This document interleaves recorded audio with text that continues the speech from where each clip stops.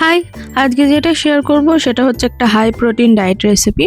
তো দেখতেই পাচ্ছেন, প্রথমে আমি কতগুলো সয়াবিন নিয়ে সেগুলোকে সিদ্ধ করে নিয়েছি জলের মধ্যে, আর জলটাকে ছেঁকে নিয়ে ভালো করে সেটাকে ঠান্ডা করে মিক্সিতে ব্লেন্ড করে নিয়েছি একদম মিহিভাবে। তারপরে এই যে গাজর কুচি, একটু একটু টমেটো কুচি, একটু ক্যাপসিকাম, একটু পেঁয়াজ, ধনেপাতা, বিনস, আর এই কতগুলো পনির ছিল সেই পনিরের কিউবসগুলো।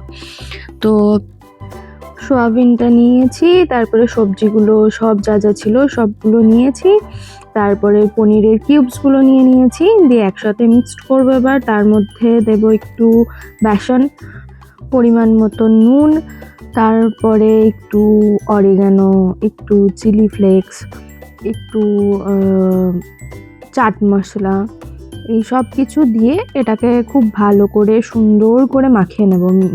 অল্প অল্প জল দিয়ে একটা থিক পেস্ট বানিয়ে নেব, মানে মিক্সচার বানিয়ে নেব।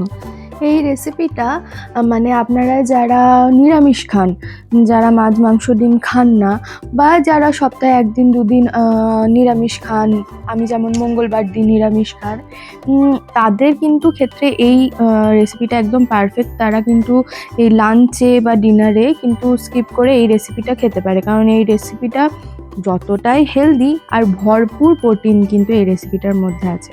ঠিক আছে, এবার আমি এই তাওয়াটাতে একটু অলিভ অয়েল দিলাম, আপনারা চাইলে সাদা তেলও দিতে পারেন, যেহেতু ডায়েটে আছি সেহেতু অলিভ অয়েলই দেবো। দিয়ে এরকম একটা চিল্লার মতন একটা গোল মতন একটা শেপ করে নিয়ে এটাকে দিয়ে দেবো।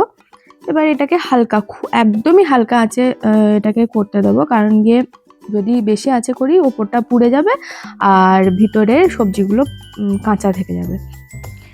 এবার ওই দুটো দিকই খুব সুন্দরভাবে ভালো করে কুকড হয়ে গেলে, মানে এরকম ব্রাউন ব্রাউন কালার হয়ে গেলেই রেডি কিন্তু আমাদের এই চিল্লাটা। আজকের মতো এইটুকুই, বাড়িতে ট্রাই করবেন, বলবেন কিন্তু কেমন হয়েছে খেতে।